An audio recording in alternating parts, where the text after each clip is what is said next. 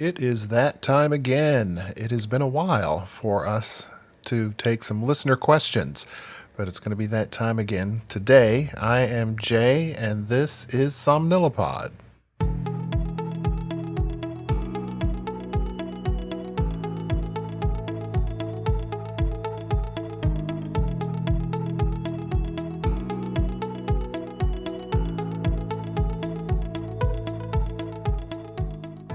Hello, everybody. Welcome back. I am so glad that you decided to join me today. It has been weeks and weeks since we did listener questions, so I thought I would go ahead and grab some recent ones and we could go through some of this stuff. So the first question comes from Dan in Washington, and Dan writes, I retired 3 years ago, and now my sleep seems to be less restful than when I was working. Is that normal? Well, Dan, partly it is normal.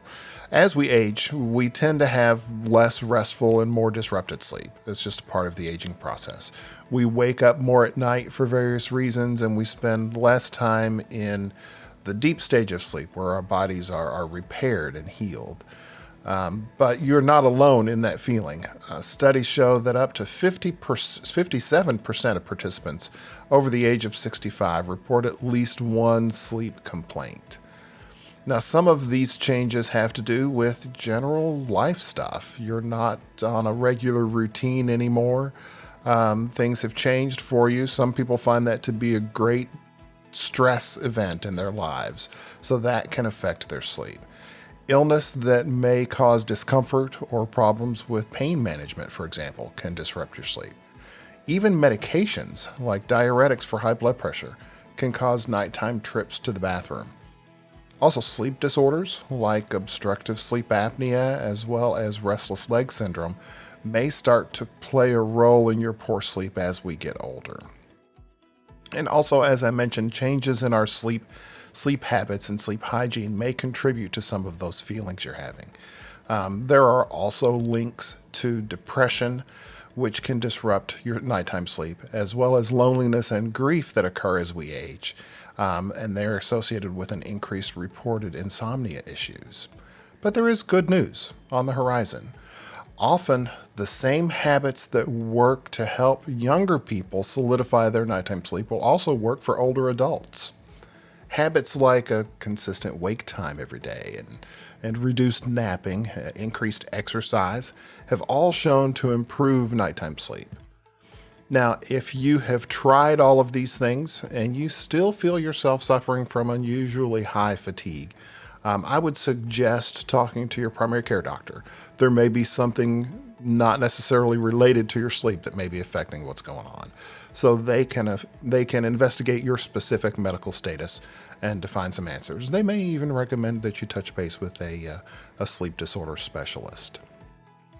Next question is from Janet in Arizona.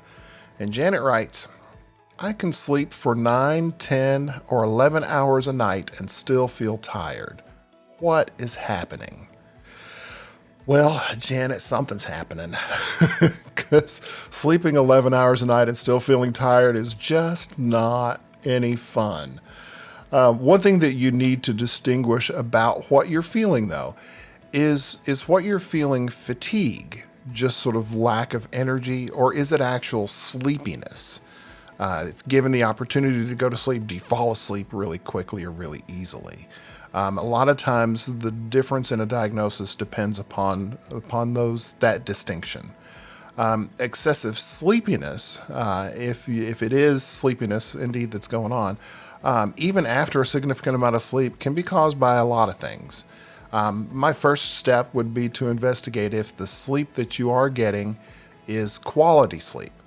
Are you waking up frequently? Do you find that you remember your dreams a lot throughout the night? Are you taking numerous trips to the bathroom? All of this may indicate that something, possibly a sleep disorder like sleep apnea, may be causing your sleep to be fragmented. And this can lead to sleepiness throughout the day.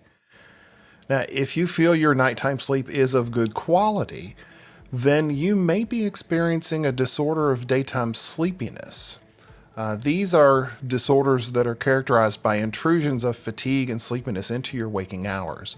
People with these disorders often find themselves falling into a very deep sleep very quickly. Both of these scenarios can be diagnosed and treated or ruled out by a certified sleep physician. So you've heard me say it before. Maybe time to go talk to a sleep doctor. Some time in the sleep clinic can probably provide you with some answers. Next question is from Carl in California. And Carl writes, should I exercise the day after a night of insomnia, or should I take the day off and let myself rest? Well, Carl, kudos to you for being a person who exercises. I keep falling off of that wagon, but I will get back on the horse and continue to try. But by all means, if you feel like exercising, go ahead and exercise. Studies have shown that a small amount of moderate exercise each day can help solidify your nighttime sleep. So something may be contributing to that insomnia or that night of insomnia, and to keep it from turning into 2 or 3 or 4 nights, I would recommend continue your regular routine. Continue exercising. As I say, at least 20 minutes of moderate exercise a day. That's what studies have shown to be most helpful. You can even do more than that.